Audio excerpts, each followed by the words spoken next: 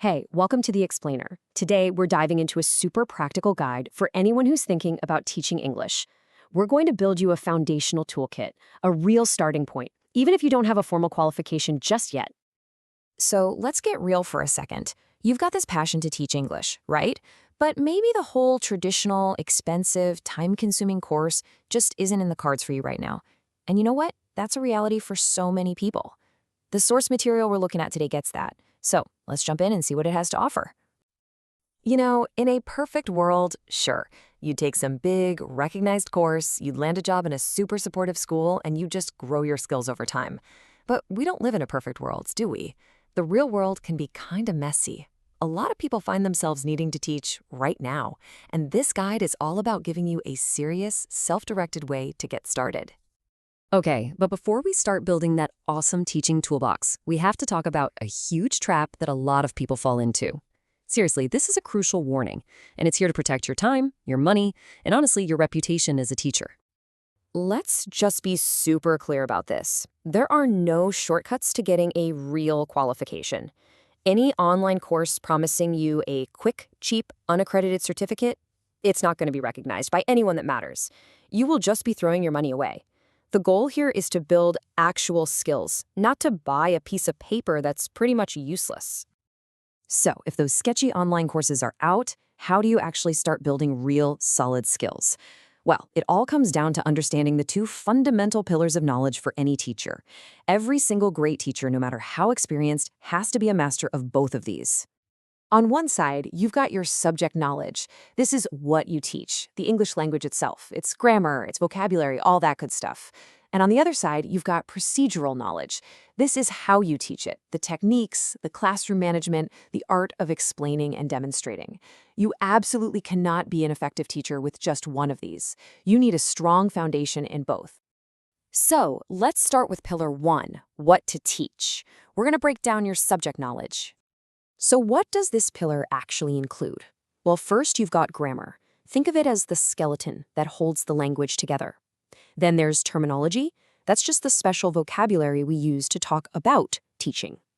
Then, and this is so important, there's communication, understanding how language actually works to get things done in the real world. And of course, the lifeblood of it all, words, or, vocabulary. And I love this quote from the source material because it just hits the nail on the head. Grammar gives the language its structure, its rules, but vocabulary, the words themselves, they are the absolute non-negotiable building blocks. Without words, you've got nothing to say. All right, pillar one, check. Let's move on to the second pillar, which is all about your procedural knowledge. This is the hands-on stuff, your toolbox of classroom techniques. This is the how-to that makes all that subject knowledge actually come alive for your students. And here's the big secret. A great lesson is never just a random collection of activities. It's not just throwing things at the wall and seeing what sticks. It has a deliberate structure, a flow. It's organized into clear phases, so your learners always know what they're doing, when they're doing it, and most importantly, why they're doing it. And here it is. This is basically your roadmap for planning any lesson. Every single good lesson moves through these 6 phases. You start by setting up and getting everyone focused. Then you give a super clear task. While your students are working, you're monitoring. Afterwards, there's feedback. Number 5, framing, is how you move from one thing to the next, like saying, okay, great job with that discussion, now let's use those ideas for a quick writing task. It's all about smooth transitions. And finally, you wrap it all up with a solid recap. Let's just zoom in on one of those for a second.